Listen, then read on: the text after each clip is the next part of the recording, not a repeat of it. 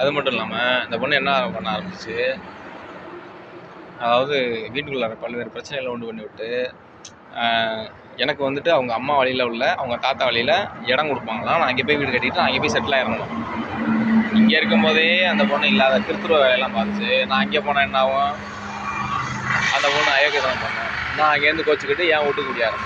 அப்போ என்ன ஆகும், நான் தான் பொம்பளை பிள்ளை மாதிரி கோச்சிட்டு குடியாரங்கிற மாதிரி என்ன ஊருக்காரங்களும் என்னுடைய சொந்தக்காரங்களும் என்னை அசிங்கப்படுத்தின மாதிரி ஆயிடும்ல. என்னை அசிங்கப்படுத்துக்கு தான் பண்ணுறாங்கன்னு தெரியுது.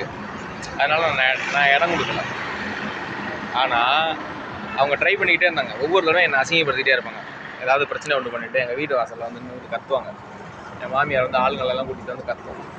சுத்தம் போடும். நான் ஒன்றும் சொல்ல மாட்டேன். ஏன்னா நான் ஒரு எய்மில் இருந்தேன். ஏன்னா நான் 2015 நான் ஃபேஸ்புக்கிலலாம் வீடியோஸ் பண்ண ஆரம்பித்து நிறைய அரசியல் வீடியோலாம் பண்ணிக்கிட்டு இருந்தேன்.